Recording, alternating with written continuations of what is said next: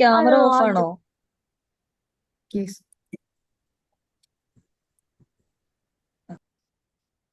Wellmain.in നമ്മൾ 2022 2 കൊല്ലമായി നമ്മുടെ കൂടെയുള്ള ഒരു കൗൺസിലേഴ്സിന്റെ സംഘടനയാണ് Wellmain.in. ഇത് കുറച്ച് കൗൺസിലേഴ്സിന്റെ ഒരു കൂട്ടായ്മയാണ്. ഇതിലൂടെ സൈക്കോളജിയുമായി ബന്ധപ്പെട്ടുള്ള ഒട്ടനവധി ക്ലാസ്സുകൾ, അതായത് നമ്മുടെ മാനസികാരോഗ്യം വർദ്ധിപ്പിക്കുക എന്ന ഉദ്ദേശത്തോടു കൂടിയുള്ള ഒട്ടനവധി ക്ലാസ്സുകൾ ഇതുവഴി നടത്തി വന്നിരുന്നു. ഇപ്പോ ഈ വർഷം നമ്മൾ പുതിയതായി മാഗ്നിഫൈ എന്ന പേരിൽ ബേസിക് NLP നൽകുന്ന ഒരു ക്ലാസ് സ്റ്റാർട്ട് ചെയ്തു. അപ്പോൾ നിങ്ങൾ ഇന്നെല്ലാവരും ആ ഒരു ക്ലാസ്സിലാണ് നിൽക്കുന്നത്.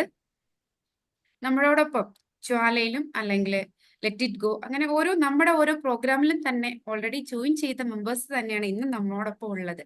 അപ്പോൾ വെൽമൈൻഡിന്റെ വാക്യമായ സ്പ്രെഡ് ഹാപ്പിനെസ് എവറിവെയർ, അതായത് ഒരാളുടെ മാനസികാരോഗ്യം വർദ്ധിപ്പിച്ച് അവർക്ക് സന്തോഷം ഉണ്ടാക്കുക എന്നതാണ് നമ്മുടെ ഏറ്റവും വലിയ ആഗ്രഹം. അപ്പോൾ ഈ ഓരോ പ്രോഗ്രാമിലൂടെ ഞങ്ങൾക്കത് സാധിക്കുന്നുണ്ട് എന്ന് തന്നെയാണ് ഞങ്ങളുടെ വിശ്വാസവും. അതിന് ഇനിയും സാധിക്കട്ടെ എന്ന് ഞാൻ ആത്മാർത്ഥമായി പ്രാർത്ഥിക്കുന്നു. അപ്പോൾ എല്ലാവർക്കും ഒരിക്കൽ കൂടി മാഗ്നിഫൈയിലെ ശരിക്കും പറഞ്ഞാൽ 2ാമത്തെ ക്ലാസ് ആണ്, എന്നാൽ ഫസ്റ്റ് ക്ലാസ് എന്ന് തന്നെ പറയാം. ആദ്യത്തെ ക്ലാസ്സിലേക്ക് ഞാൻ എല്ലാവരെയും സ്നേഹപൂർവ്വം സ്വാഗതം ചെയ്യുന്നു. ഇന്നലെ നിങ്ങളോട് പങ്കുവെച്ചായിരുന്നു എനിക്ക് ഫിസിക്കലി അത്ര സുഖമില്ല, പനിയാണ്. അപ്പൊ ഇന്ന് എൻ്റെ ഏറ്റവും ആത്മാർത്ഥ സുഹൃത്ത്, ഞങ്ങൾ ഒരുമിച്ച് ഗ്രാൻഡ് മാസ്റ്റേഴ്സ് ഒരുമിച്ച് കഴിഞ്ഞതാണ്. ഞങ്ങൾ ഒരുമിച്ചായിരുന്നു അഡ്വാൻസ് കഴിഞ്ഞത്. അതുപോലെ മാസ്റ്റേഴ്സ്, ഗ്രാൻഡ് മാസ്റ്റേഴ്സ് എല്ലാ ക്ലാസ്സുകളിലും എൻ്റെ കൂടെ ഉണ്ടായിരുന്ന എൻ്റെ ഒരു ആത്മമിത്രമാണ് ഇന്ന് നിങ്ങൾക്ക് ക്ലാസ് എടുക്കാൻ എത്തിയിരിക്കുന്നത്, എൽവിസ്. അപ്പോൾ ഞാൻ എൽവിസിനെ എൽവിസിലൂടെ തന്നെ നിങ്ങൾക്ക് പരിചയപ്പെടാൻ സാധിക്കും. ഏറ്റവും സിമ്പിളായ ഒരു വ്യക്തിത്വത്തിനുടമയാണ് എൽവിസ്. അപ്പൊ ഏറെ സ്നേഹത്തോടെ ഇന്നത്തെ ക്ലാസ്സുകൾ കൈകാര്യം ചെയ്യാൻ വേണ്ടി ഞാൻ എൽവിസിനെ ക്ഷണിക്കുന്നു. Welcome Elvis, platform for you. Thank you so much Abbas. So warm welcome to one and all. എല്ലാവർക്കും സ്വാഗതം. ആദ്യം തന്നെ ഞാൻ ഒരു റിക്വസ്റ്റ് ചെയ്തോട്ടെ. പറ്റുമെങ്കിൽ നിങ്ങൾക്ക് നിങ്ങളുടെ ക്യാമറാസ് ഓൺ ആക്കി വെക്കാൻ പറ്റുമോ? നമ്മൾ നേരിട്ട് കാണുന്ന പോലെ അല്ല നമ്മൾ വെർച്വൽ മീറ്റിങ്ങിൽ നമ്മൾ കയറുമ്പോൾ, അല്ലേ? നമുക്ക് നേരിട്ട് കാണുമ്പോഴത്തേക്കും നമുക്കൊരു സെൻസ് ഓഫ് ടച്ച് ഉണ്ട്. നമുക്ക് നമ്മളുടെ വിഷ്വൽ, അതായത് വാക്കോഗ് എന്ന് പറയും, അതായത് നമ്മളുടെ visual, auditory, kinaesthetic, olfactory, gustatory, എല്ലാം 5 സെൻസസ് യൂസ് ചെയ്ത് നമുക്ക് ഒരാളെ തിരിച്ചറിയാൻ പറ്റും. അപ്പോൾ ക്യാമറ ഓൺ അല്ല എന്നുണ്ടെങ്കിൽ നമുക്ക് എങ്ങനെയാ മനസ്സിലാക്കാൻ പറ്റുക? ക്യാമറ ഓൺ ആണെങ്കിൽ നമുക്ക് 2 കാര്യങ്ങൾ അറ്റ്ലീസ്റ്റ് കിട്ടും. ഒന്ന് വിഷ്വൽ, 2 ഓഡിറ്ററി. ഇത് രണ്ടെങ്കിലും നമുക്ക് ഐഡന്റിഫൈ ചെയ്യാൻ പറ്റും. So thank you so much. Maximum ആൾക്കാർ ഓൺ ആക്കിയിട്ടുണ്ട്. ഞാൻ ഇന്നത്തെ ക്ലാസ്സിൽ ഞാൻ പറയുമ്പോഴത്തേക്കും ക്യാമറ ഓൺ ആക്കണതിന് ഒരു വലിയൊരു കാര്യമുണ്ട്. ഇനി ഞാൻ ആരാണ്? സിമ്പിളായിട്ട് ഞാൻ വേഗം ചുരുക്കി പറയാം, കൂടുതൽ ടൈം എടുക്കില്ല. എനിക്ക് തോന്നുന്നു ഒരാൾ കയറാനുണ്ട്, അഡ്മിറ്റ് ചെയ്യാനുണ്ട്. യെസ്. സോ എൻ്റെ പേര് എൽവിസ്. ഞാൻ കൊച്ചിയിലാണ് എൻ്റെ വീട്. ഇപ്പോൾ ഞാൻ ഡൽഹിയിലാണ് സർട്ടിഫിക്കേഷന് വേണ്ടി, എൻ്റെ RCA ലൈസൻസിൻ്റെ സർട്ടിഫിക്കേഷന് വേണ്ടി ഇവിടെ വന്നതാണ്. സോ ഒരു കൊല്ലത്തേക്ക് ഇവിടെ ആയിരിക്കും. ഞാൻ ആക്ച്വലി പറഞ്ഞിട്ടുണ്ടെങ്കിൽ ഒരു കൗൺസിലിംഗ് സൈക്കോളജിസ്റ്റ് ആണ്, NLP ട്രെയിനറാണ്. Organisation behaviour psychology and therapy focus ചെയ്ത് വർക്ക് ചെയ്തുകൊണ്ടിരുന്ന ഒരു കാലഘട്ടം ഉണ്ടായിരുന്നു. അത് കൂടാണ്ട് തന്നെ ഞാനൊരു ലൈഫ് കോച്ചും പേഴ്സണൽ കോച്ചുമാണ്. ഓക്കെ, സോ ഇതാണ് എൻ്റെ ഒരു ബാക്ക്ഗ്രൗണ്ട്. സോ ഇന്ന് നമ്മൾ ഫോക്കസ് ചെയ്യാൻ NLP എന്താണെന്നുള്ളത് ഒരു ധാരണ നിങ്ങൾക്ക് ഉണ്ടാകുമോ? ഇല്ലേ? ഒരു ഐഡിയ ഇല്ലേ?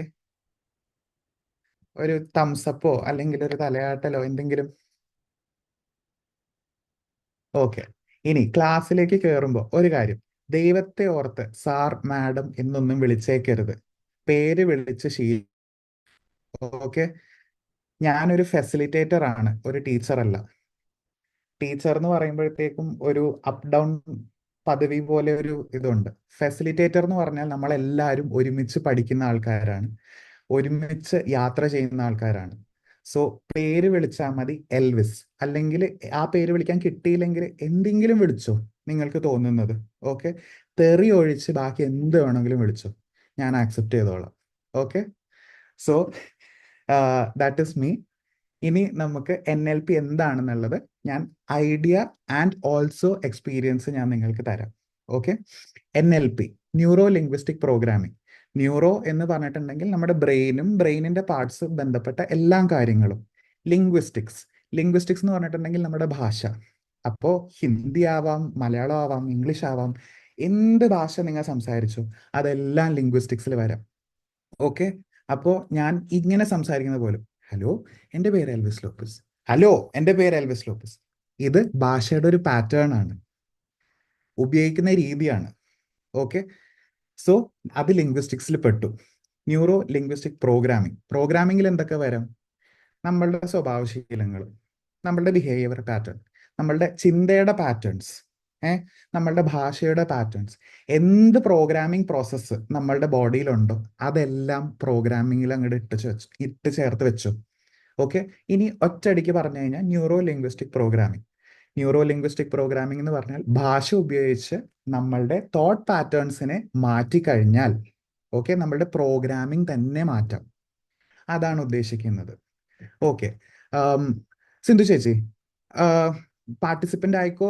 എനിക്ക് ആരെ പാർട്ടിസിപ്പന്റ് ചെയ്തൊന്നും അറിയില്ല, ഞാൻ ഭയങ്കര കോമൺ ആയിട്ട് വിളിക്കാൻ പോവാ. ഓക്കെ, സിന്ധു ചേച്ചി ഒന്ന് അൺമ്യൂട്ട് ചെയ്യാവോ?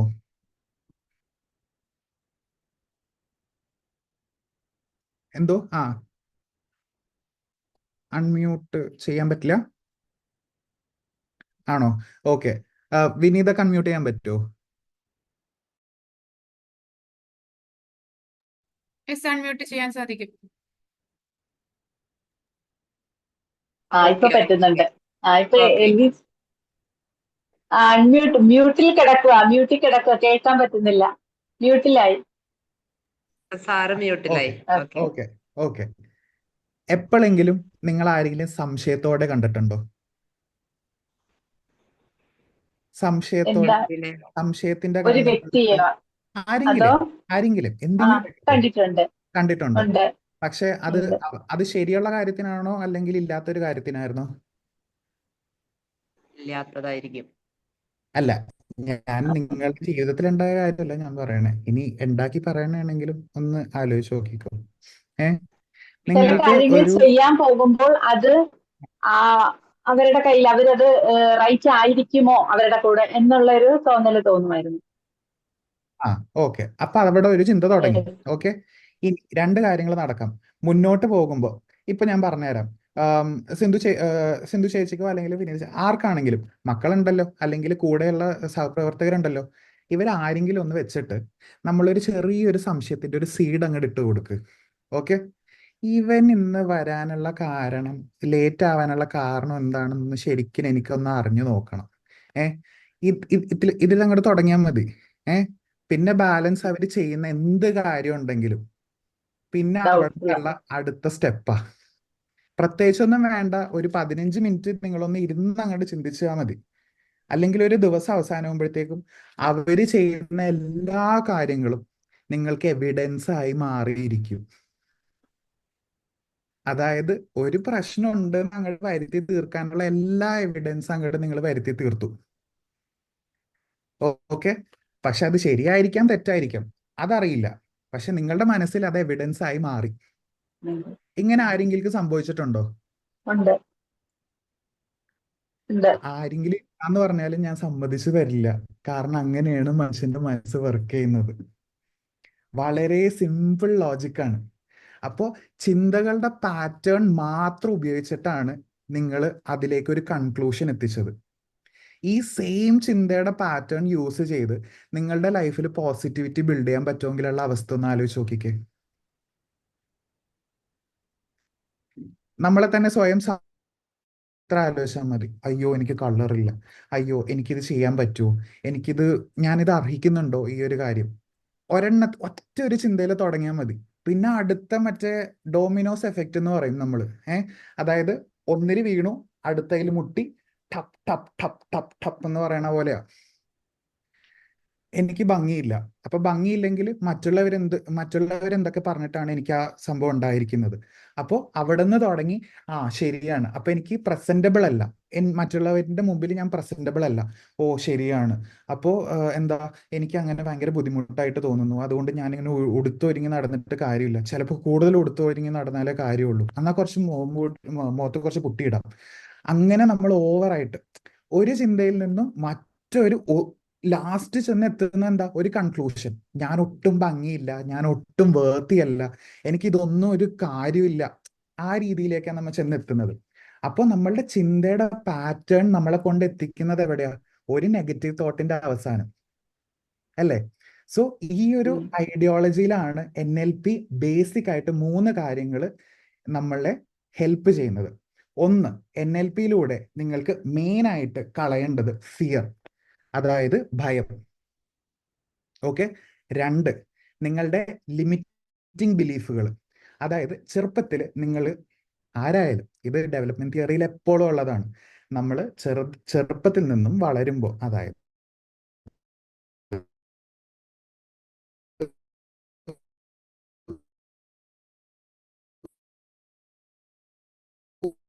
ഉദരത്തിൽ നിന്നും നമ്മൾ കേൾക്കുന്ന കാര്യങ്ങളുണ്ടല്ലോ, നമ്മുടെ ഉദരത്തിലേക്കും ഇതായ ചിന്തകളും ശീലങ്ങളും എല്ലാം ഉണ്ടോ? നോ, ഇല്ല. ഞാൻ ഇല്ല. ജനിച്ച പാടെ എനിക്ക് ചിന്തകളും ശീലങ്ങളും എനിക്ക് ഉണ്ടായിട്ടില്ല. ഇല്ല. ഓക്കെ. അപ്പോ നിങ്ങൾക്കും അതുപോലെ തന്നെയാണ്, എല്ലാവർക്കും അങ്ങനെ തന്നെയാണ്. നമ്മളാരും കർത്താവിനുണ്ടായതോ അല്ലെങ്കിൽ വിഷ്ണുവിനുണ്ടായവരൊന്നും അല്ല. മനുഷ്യന്മാർക്ക് സാധാരണ രീതിയിൽ ഉണ്ടായിരിക്കുന്ന ആൾക്കാരാണ്, അല്ലേ? അപ്പോൾ സാധാരണ രീതിയിൽ തന്നെ ജനിച്ച പാടെ നമ്മൾക്ക് ആർക്കും ഒരു ബിലീഫ് സിസ്റ്റം ഒന്നും ഇല്ല. അച്ഛനമ്മ കാണിക്കുന്നതും അച്ഛനമ്മ പറയുന്നതും നമ്മൾ കേട്ട് കണ്ട് നമ്മൾ മനസ്സിലാക്കി എടുക്കുന്ന ഒരു ചിന്താഗതി ഉണ്ട്. ഓക്കെ. ആ ചിന്താഗതിയിൽ നിന്നും നമ്മൾ ബിൽഡ് ചെയ്ത് എടുക്കുന്ന ഒരു ബിലീഫ് സിസ്റ്റം ഉണ്ട്, ഒരു വിശ്വാസങ്ങളുണ്ട് നമ്മളുടെ ലൈഫിൽ. ഓക്കെ. ചെയ്യാനുണ്ട്. യെസ്. അത് കഴിഞ്ഞതിന് ശേഷം പിന്നെ ആരാ വരുന്നേ? പ്രശ്നക്കാരാരാ പിന്നെ വരുന്നേ? പിന്നെ ആരായിരിക്കും പ്രശ്നക്കാർ വരുന്നേ? നമ്മളെപ്പോഴും പറയില്ലേ, വീട്ടുകാർ വന്നിട്ടുണ്ട്, അല്ലേ? വീട്ടുകാര്. പിന്നെ ആരാ ഏറ്റവും എളുപ്പത്തിൽ പറയണേ, നമ്മള് കുറ്റം ചുമത്തണേ? നാട്ടുകാര്. നാട്ടുകാര്. ഫ്രണ്ട്സ് ഒന്നും എത്തിയിട്ടില്ല, നാട്ടുകാര്. നമ്മൾ ആദ്യം കാണാൻ വരുന്ന ആൾക്കാരവരാ. ഫ്രണ്ട്സ് എത്തിയിട്ടില്ല. പിന്നെ ആരാ വരുന്നേ? പിന്നെ ഫ്രണ്ട്സ് വരുന്നേ. പിന്നെ ആരാ വരുന്നേ? ടീച്ചേഴ്സ്. പിന്നെ ആരൊക്കെ ആയിരിക്കും വരുന്നേ? ഏകദേശം ഞാൻ ഈ പറയുമ്പോ കുറെ പേരുടെ മുഖത്ത് ചിരിയൊക്കെ വരുന്നുണ്ട്, ശരിയല്ലേ? സോ നമ്മൾ ഇവര് പറയുന്നതെല്ലാം കേട്ട്, ഇവര് പറയുന്നതെല്ലാം നമ്മൾ മനസ്സിലേക്ക് എടുത്ത് നമ്മൾ ഒരു വിശ്വാസം, ഒരു പിക്ചർ നമ്മൾ ബിൽഡ് ചെയ്ത് വെക്കും. ആ പിക്ചർ ഒന്നല്ലെങ്കിൽ മോശമായിരിക്കാം, ഇല്ലാന്നുണ്ടെങ്കിൽ നല്ലതായിരിക്കാം. ഇപ്പൊ കണ്ടിന്യൂസ്ലി നമ്മൾ കേട്ടോണ്ടിരിക്കുന്നത്, അയ്യോ ഇവന്റെ കളറ് പോരാ, ഇവനിങ്ങനെ മെലിഞ്ഞിരിക്കുക, ഇവളെന്താ ഇങ്ങനെ തടിച്ചിരിക്കുന്നേ, ഇവൾക്ക് ഇച്ചിരി ഡയറ്റ് ചെയ്യാൻ പാടില്ലേ? ഇതൊക്കെ കേൾക്കുമ്പോ നമ്മുടെ തലയിൽ എന്താ രജിസ്റ്റർ ആവുക? ഓട്ടോമാറ്റിക്കലി, ഓ ഞാൻ തടിച്ചാണ്, അയ്യോ ഞാൻ ഭയങ്കര മെലിഞ്ഞിരിക്കുന്നതാണ്, ഞാൻ പെണ്ണ് കെട്ടുമ്പോ എനിക്ക് പ്രശ്നമാവും, അയ്യോ എനിക്ക് എന്നെ കൊണ്ട് ഇതൊന്നും ഭാരം ചുമക്കാൻ പറ്റില്ലേ. ഇതൊക്കെയാണ് നമ്മുടെ മനസ്സിൽ വരിക ഓട്ടോമാറ്റിക്കലി, ഈ ചിന്തകള്. അപ്പൊ നമ്മുടെ ലിമിറ്റിംഗ് ബിലീഫ് എന്താ? ഈ പറയുന്ന ആൾക്കാരുടെ എന്ത് മനസ്സിൽ സ്റ്റോർ ചെയ്തിരിക്കുന്ന ഇൻഫർമേഷൻ, അതിനെയാണ് ലിമിറ്റിംഗ് ബിലീഫ് എന്ന് പറയുന്നത്. ഈ ലിമിറ്റിംഗ് ബിലീഫ് നിന്നും നമ്മൾ അവസാനം ചെന്നെത്തുന്ന എവിടെയാ? ഞാൻ മെലിഞ്ഞതാ, എനിക്ക് കളറില്ല, മറ്റുള്ളവർ എന്നെ കുറിച്ച് എന്ത് വിചാരിക്കും, ഞാൻ ഒട്ടും വേർത്തിയല്ല, ഞാൻ അറിയിക്കുന്നവനല്ല, അങ്ങനെയൊക്കെ പറയുന്നതാണ് നമ്മുടെ നെഗറ്റീവ് ബിലീഫ്. അപ്പോ ഭയം, ഫിയർ, ലിമിറ്റിംഗ് ബിലീഫ്, അതുപോലെ തന്നെ നെഗറ്റീവ് തോട്ട്സ്, ഈ 3 കാര്യങ്ങൾ കളയാൻ വേണ്ടിയിട്ടാണ് NLP ബേസിക് ആയിട്ട് നമ്മൾ പഠിച്ചിരിക്കേണ്ടത്. നമ്മൾ NLP എല്ലാ ദിവസം പ്രാക്ടീസ് ചെയ്യുന്നവരാ, അമ്മമാര് പ്രത്യേകിച്ച്. നല്ല NLP പ്രാക്ടീഷണേഴ്സ് അമ്മമാര്. എന്താ, ഡേ കാക്കച്ചി കൊണ്ടുപോയി, കാക്ക കൊണ്ടുപോയി, അയ്യോ ഉവാവ് പോയി, ഒന്നുമില്ല അച്ഛേ, അല്ലേ? ഓട്ടോമാറ്റിക്കലി കരയുന്ന കുട്ടി ഒരു കുഴപ്പമില്ലാണ്ടായി. ഇല്ലാത്ത പ്രശ്നമൊക്കെ വരുത്താനും പറ്റും. അതായത് നിങ്ങൾ സോഷ്യൽ മീഡിയയിൽ കണ്ടിട്ടുണ്ടാവുമെന്ന് എനിക്കറിയില്ല. അതായത് കൊച്ചിനെ ഇങ്ങനെ എടുത്തുകൊണ്ടിരിക്കുന്ന സമയത്ത് ഒന്ന് ഡോറിന്റെ അടുത്ത് പോയിട്ട് ഒരു കൊട്ട അങ്ങോട്ട് കൊടുക്കും ഡോറിൽ കൈ കൊണ്ട്. കൊച്ചിന് ഒന്നും പറ്റിയിട്ടില്ല. പക്ഷെ കുട്ടി എന്നിട്ട് അയ്യോ അയ്യോ സാരില്ലടാ മോനെ എന്ന് പറയുമ്പോഴത്തേക്കും കൊച്ചു കരയാൻ തുടങ്ങും. കൊച്ചിന് വേദന എടുത്തിട്ടാണോ? വേദന എടുത്തിട്ടല്ല. കൊച്ചെന്താ നമ്മളുടെ ആക്ഷൻസ് കണ്ടിട്ടാണ് അയ്യോ സാരില്ല മോനെ എന്ന് പറയുമ്പോഴത്തേക്കും ഓട്ടോമാറ്റിക്കലി ആ കൊച്ചും കരയും. നമ്മളെ ആരെങ്കിലും എപ്പോഴെങ്കിലും കസിൻസ് പ്രത്യേകിച്ച് നമ്മുടെ മക്കളെയൊക്കെ കരയിപ്പിക്കണം കണ്ടിട്ടില്ലേ? ഓ നീ കരയും അല്ലേ? സെയിം ആ സെയിം മെന്റാലിറ്റി തന്നെയാണ്. അപ്പൊ നമ്മൾ മിറർ ചെയ്യാറുണ്ട് കുറെ കാര്യങ്ങൾ. Got it? സോ ഇതാണ് NLPയിൽ ബേസിക് ആയിട്ട് നിങ്ങൾ അറിഞ്ഞിരിക്കേണ്ടത്. സൈക്കോളജിയിൽ എന്ത് സ്കൂൾ ഓഫ് സയൻസ്, എന്ത് മൊഡാലിറ്റി ഓഫ് ഹീലിംഗ് എടുത്താലും ഭയങ്കര സയന്റിഫിക് പ്രിൻസിപ്പിൾസ് ബേസ് ചെയ്തിട്ടാണ്. അതിൽ ഏറ്റവും സിമ്പിൾ ആയിട്ട് നമുക്ക് എല്ലാവർക്കും പ്രാക്ടീസ് ചെയ്യാൻ പറ്റുന്ന ഒരു കാര്യമാണ് NLP, ന്യൂറോ ലിംഗ്വിസ്റ്റിക് പ്രോഗ്രാമിംഗ്. ഇത് നിങ്ങൾ ബേസിക്കലി നിങ്ങളുടെ ലൈഫിൽ ശരിക്കും ഒന്ന് പ്രാക്ടീസ് ചെയ്ത് കഴിഞ്ഞിട്ടുണ്ടെങ്കിൽ നിങ്ങൾക്ക് വളരെ സിമ്പിൾ ആയിട്ട് ഇങ്ങനെ തോണ്ടിയെടുത്ത് നിങ്ങൾക്ക് നിങ്ങളുടെ ലൈഫിൽ കുറേ മാറ്റങ്ങൾ വരുത്താൻ പറ്റും. സിമ്പിൾ ആയിട്ട്, വേറെ ഒന്നും വേണ്ട. സോ ഈ ഒരു കാര്യമാണ് നിങ്ങൾ ബേസിക്കലി അറിഞ്ഞിരിക്കേണ്ടത്. ആ ഒരു ക്ലാസ്സിലാണ് നിങ്ങൾ വന്നിരിക്കുന്നത്. ഇത്തിരി നേരം നിങ്ങൾ സ്പെൻഡ് ചെയ്യുന്നത് നിങ്ങൾക്ക് വേണ്ടി, യോർ മീ ടൈം. ഇത് നിങ്ങൾക്ക് ഗ്രാറ്റിറ്റ്യൂഡായിട്ട് നിങ്ങൾ ഇരിക്കണം.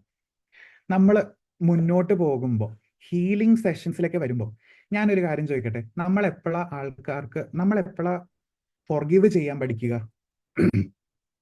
നമ്മളെല്ലാവരും ഏതെങ്കിലും ഒരു മതത്തിൽ പെടുന്ന ആൾക്കാരായിരിക്കും. ഇനി മതത്തിൽ വിശ്വാസം ഇല്ലാന്ന് തന്നെ ഇരിക്കട്ടെ, നമ്മൾ എപ്പോഴാ ഒരാളിനോട്, നമ്മൾക്ക് ദേഷ്യമുള്ള ഒരാളിനോട് നമ്മൾ ഫോർഗീവ് ചെയ്യുക, ക്ഷമിക്കാൻ പഠിക്കുന്നത് എപ്പോഴാ? അൺമ്യൂട്ട് ചെയ്ത് സംസാരിക്കണേ, എനിക്ക് ഇന്ററാക്ഷൻ വേണം. പറ, പേടിക്കണ്ട, പ്രൈസ് ഒന്നുമില്ല, ചുമ്മാ അറിയാൻ വേണ്ടി. നമ്മള് ഹാപ്പി ആയിട്ടിരിക്കുന്ന സമയത്ത്. ഹാപ്പി ആയിട്ടിരിക്കുമ്പോ കൊള്ളാം, എനിക്ക് ഇഷ്ടപ്പെട്ടു. അടുത്ത ആള് പറയട്ടെ. അവര് ചെയ്ത് അല്ലെങ്കിൽ ഒരു ഇതല്ല എന്ന് മനസ്സിലാക്കുമ്പോ നമുക്ക് അവരോട് ക്ഷമ ഇത് തോന്നും. കുറച്ചും കൂടി നമ്മളെല്ലാരും മനുഷ്യരല്ലേ, അപ്പൊ നമ്മളുടെ രീതിയിലൊന്ന് ചിന്തിച്ചു നോക്കിക്കേ. ചിലപ്പോ കിടക്കുമ്പോഴായിരിക്കും സാറേ. എന്തോ സാറിന് മരിക്കാൻ കിടക്കും. വിളിച്ചാൽ മതി, പേര് വിളിച്ചാൽ മതി. പറ. മരിക്കാറാകുന്ന സമയത്ത് പലരോടും ക്ഷമിക്കും എന്ന് കേട്ടിട്ടുണ്ട്. അതെനിക്ക് ഇഷ്ടപ്പെട്ടു. ആ ഒരു ഇതിന് എനിക്ക് ഭയങ്കരമായിട്ട് യോജിപ്പുണ്ട് കേട്ടോ. ഓക്കെ. ചിലര് സോറി പറയുമ്പോ നമ്മൾ അവരോട് ക്ഷമിക്കാറുണ്ട്. അതും ശരി. ഓക്കെ, അവരുടെ കുറ്റം അവര് മനസ്സിലാക്കി ഇങ്ങോട്ട് വരുമ്പോ. ഓക്കെ, വേറെന്തെങ്കിലും? നമ്മളെ ഫ്രീ ആവണമെങ്കിൽ അവരോട് അതൊക്കെ ഭയങ്കര അഡ്വാൻസ്ഡ് ലെവലാ. അവിടെ ഒന്നും നമ്മൾ എത്താറൊന്നുമില്ല പൊതുവെ. കുറെ പിന്നെ എന്റെ ഭാഗത്തും തെറ്റുണ്ടായിരുന്നു എന്ന് തോന്നുമ്പം നമ്മൾ അവരോട് ചിലപ്പോൾ ക്ഷമിക്കും. അതും ഭയങ്കര ലേറ്റ് സ്റ്റേജ് ഒക്കെയാ. അങ്ങനെയൊന്നും നമുക്ക് സാധാരണ രീതിയിൽ ആൾക്കാരോടൊന്നും ക്ഷമിക്കാൻ പറ്റത്തില്ല. ഇനി ഞാനൊരു ഉത്തരം പറയട്ടെ. അയാൾ എന്ത് ദേഷ്യം പറഞ്ഞാലും നമ്മൾ അവരെ ക്ഷമിച്ചാൽ മതിച്ചാൽ. എന്നാൽ പോലും അതും കുറച്ച് സ്റ്റേജ് ഒക്കെ അങ്ങോട്ട് എത്തണം. സാധാരണഗതിയിൽ നമ്മൾ ക്ഷമിക്കണമെന്നുണ്ടെങ്കിൽ ഇപ്പൊ നടന്ന പ്രശ്നത്തിനേക്കാൾ വലിയൊരു പ്രശ്നം നമ്മുടെ ലൈഫിൽ ഇപ്പൊ വരണം, അല്ലേ?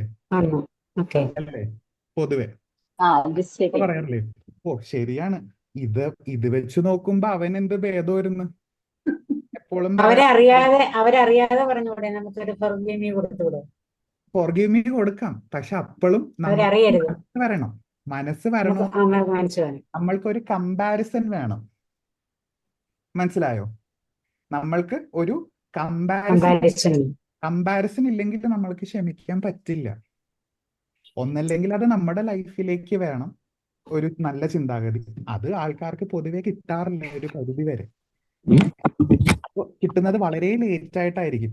ഓക്കെ, സോ അങ്ങനത്തെ കുറെ കാര്യങ്ങളിൽ ഏറ്റവും ബേസിക് ആയിട്ട് മനസ്സിലാക്കേണ്ടത്, ഇപ്പൊ ഉള്ള സാഹചര്യത്തിനേക്കാൾ വളരെ മോശമായിട്ടുള്ള ഒരു സാഹചര്യം നമ്മൾ കടന്നു പോകുമ്പോൾ നമുക്ക് മനസ്സിലാവും കഴിഞ്ഞ കാര്യം സിമ്പിൾ ആയിരുന്നു. അപ്പോഴാണ് പൊതുവെ നമ്മൾക്ക് ഒരു ഫോർഗീവ്നെസ് തോന്നുന്നത്. പിന്നെ നമുക്ക് പിടിച്ചു വെക്കാനായിട്ട് നമുക്ക് മനസ്സില്ല. ഓർത്ത് വെച്ചിരുന്ന് നമ്മൾ അവരോട് ഇങ്ങനെ കാണിച്ച് അപ്പൊ നമ്മൾ വിട്ടുപിടിക്കും. അങ്ങനെയാണ് ബേസിക്കലി. സോ മുന്നോട്ട് പോകുമ്പോൾ നിങ്ങൾ ഓർത്തിരിക്കേണ്ട ഒരു കാര്യം ഇതാണ്: നമ്മൾ എത്രത്തോളം നമ്മുടെ ലൈഫിൽ ഒരു ബുദ്ധിമുട്ട് അല്ലെങ്കിൽ ഒരു എന്താ പറയാ ദേഷ്യം, മറ്റുള്ളവരോടുള്ള ഒരു ഫീലിംഗ് നമ്മളിങ്ങനെ പിടിച്ചടക്കി വെക്കുന്നത്, അവർക്കും ഒരു കുഴപ്പമില്ല. ആക്ച്വലി പറഞ്ഞ അവരവരുടെ ജീവിതം ജീവിക്കുന്നുണ്ട്, ഒരു കുഴപ്പമില്ലാണ്ട് ജീവിക്കുന്നുണ്ട്. പ്രശ്നം ആർക്കാ at the end of the day? ഓർത്ത് വെച്ചോണ്ടിരിക്കുന്ന നമ്മള്. അപ്പൊ നമ്മൾ എവിടെയാ നിൽക്കുന്നേ? പ്രസന്റിലാണോ പാസ്റ്റിലാണോ? പാസ്റ്റ്. ഓബ്വിയസ്ലി. കാലം 3 തിരിച്ചു കഴിഞ്ഞിട്ടുണ്ടെങ്കിൽ 1 പ്രസന്റ് വർത്തമാനം അല്ലേ, 2 പാസ്റ്റ് ഭൂതകാലം, 3 ഫ്യൂച്ചർ. എന്താ പറയുന്നേ? ഭാവികാലം. ഭാവികാലം. ഓക്കെ. ഞാൻ 5ാം ക്ലാസ് മലയാളം ഗുസ്തിയാണ്, അതുകൊണ്ട് എന്നോട് ക്ഷമിക്കണം. ഞാൻ നിങ്ങളോട് അർത്ഥമൊക്കെ ഞാൻ ചോദിച്ചെന്നിരിക്കും. ഓക്കെ. സോ എന്തെങ്കിലും എൻ്റെ വായന വശപ്പശകിന് വന്നു പോയിട്ടുണ്ടെങ്കിൽ അതങ്ങോട്ട് ക്ഷമിച്ച് പുറത്തേക്ക്. Okay. So future, past and present. Okay. പാസ്റ്റിലെ കാര്യങ്ങൾ നിങ്ങൾ എടുക്കുവാണെങ്കിൽ നിങ്ങൾക്ക് എവിടെയാ ഫ്യൂച്ചർ എടുത്തു എന്നിരിക്കട്ടെ, നിങ്ങൾക്ക് എവിടെയാ ഡിസിഷൻസ് എടുക്കാൻ പറ്റുക? പ്രസന്റും എടുത്തു കഴിഞ്ഞാൽ ഏതിലാ നിങ്ങൾക്ക് ഡിസിഷൻ എടുക്കാൻ പറ്റുക? ഓബ്വിയസ്ലി പ്രസന്റില്. നമ്മൾക്ക് എപ്പോഴാ ആങ്സൈറ്റി നിങ്ങൾക്ക് എപ്പോഴെങ്കിലും വന്നിട്ടുണ്ടോ? ആങ്സൈറ്റിനെ മലയാളത്തിലേക്ക് ലിറ്ററൽ ട്രാൻസ്ലേഷൻ ഉണ്ടോ എന്ന് എനിക്ക് അറിയില്ല. ഷബാസ്, ആകാംക്ഷ പോസിറ്റീവ് ആണ്, ഒരു നെഗറ്റീവ് കൊണോട്ടേഷനിൽ വേണം എനിക്ക്. ഉത്കണ്ഠ ആണോ? ഉത്കണ്ഠ ഒരു ന്യൂട്രൽ ആണ്. ഒരു നെഗറ്റീവ് കൊണോട്ടേഷനും കൂടി നിങ്ങൾക്ക് ഈ ദിവസങ്ങൾ കിട്ടണമെങ്കിൽ ഒന്ന് പറഞ്ഞു തരണേ. ഓക്കെ. ഫ്യൂച്ചറിനെ കുറിച്ച് ഫ്യൂച്ചറിനെ കുറിച്ച് ആലോചിച്ചുകൊണ്ടിരുന്നു കഴിഞ്ഞിട്ടുണ്ടെങ്കിൽ ഫ്യൂച്ചർ നന്നാകോ? പാസ്റ്റിനെ കുറിച്ച് ആലോചിച്ചിരിക്കുമ്പോഴത്തേക്കും ഉത്കണ്ഠ വരാൻ പറ്റും. ആദി. യെസ്. നമ്മ ചില സമയത്ത് പറയാറില്ലേ, വായു പിടിക്കുന്ന സ്വഭാവം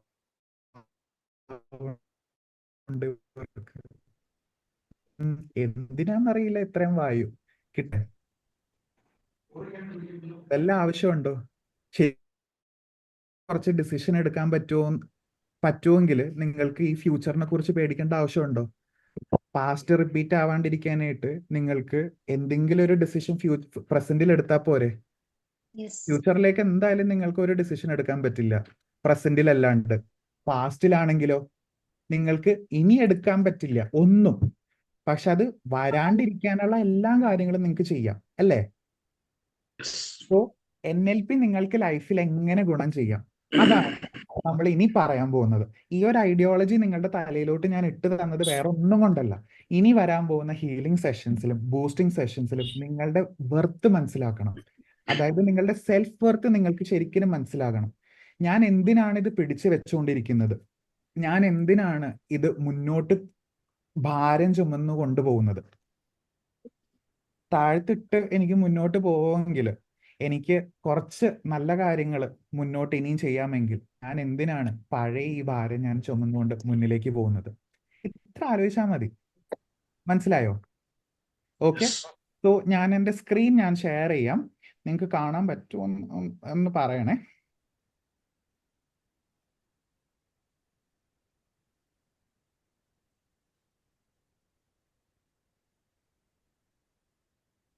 ഞാൻ ഒന്ന് ലോഗ് ഔട്ട് ചെയ്തിട്ട് ലോഗിൻ ചെയ്യുവേ. ഷബാസ്, ഒന്ന് സ്ക്രീൻ ഷെയർ കിട്ടണം.